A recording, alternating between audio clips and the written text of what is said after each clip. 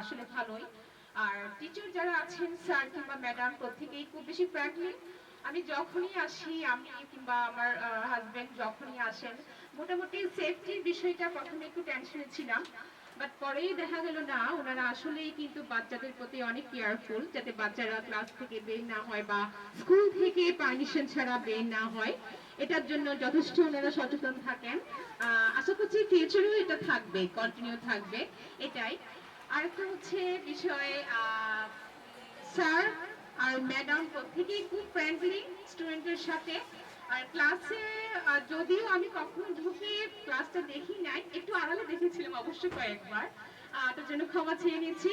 ভালো লেগেছে, সব স্যার ম্যাডামরা যথেষ্ট ফ্রেন্ডলি, এটাই। নেই, তারাও এখানে টিচাররা, আমি ম্যাডামকে দেখছি, তাদেরকে দিচ্ছে, এরা যথেষ্ট পরিমাণ বাচ্চাদেরকে ট্যালেন্ট করার জন্য যা যা করার সবকিছুই করে। এবং বাচ্চারা হচ্ছে স্যারদের সাথে ম্যাডামদের সাথে পুরো এরা ফ্রেন্ডলি ভাবেই থাকে। আর কিছু বলার নেই। এখানে জোনাকি ma'am, Adiba ma'am, Arpita ma'am, Arif sir, এরা বাচ্চাদের সাথে অনেক ফ্রেন্ডলি থাকে। এমন আছে যে বাচ্চারা একদিন স্কুলে না আসলে মনে হয় যেন তাদের মাথায় কাজ করে না, তারা খোঁজ খবর নেই কেন আসলো না। এই বিষয়টা আমার খুব ভালো লাগছে। আর স্কুলের তাদের শিক্ষাটাও অনেক ভালো। আমি এখানে অবশ্য বেশি দিন আসিনি, আমার বাচ্চাকে বেশি দিন ভর্তি করাইনি।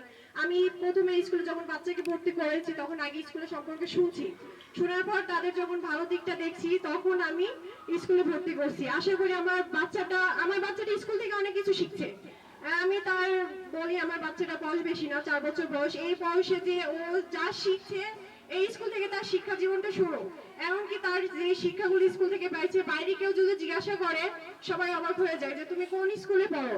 সে তখন বলে যে আমি মহারান ল্যাবরেটরি স্কুলে পড়ি। আমাকে জিজ্ঞাসা করে ও কত বয়স, আমি বলি ওর 4 বছর বয়স। এই বয়সে এত সুন্দর শিক্ষা, যে জি মনে করেন এখান থেকে আমি মনে করি বাচ্চারা বড় হোক, আরো সুশিক্ষায় শিক্ষিত হোক, ছাত্রদের কাছে এটাই।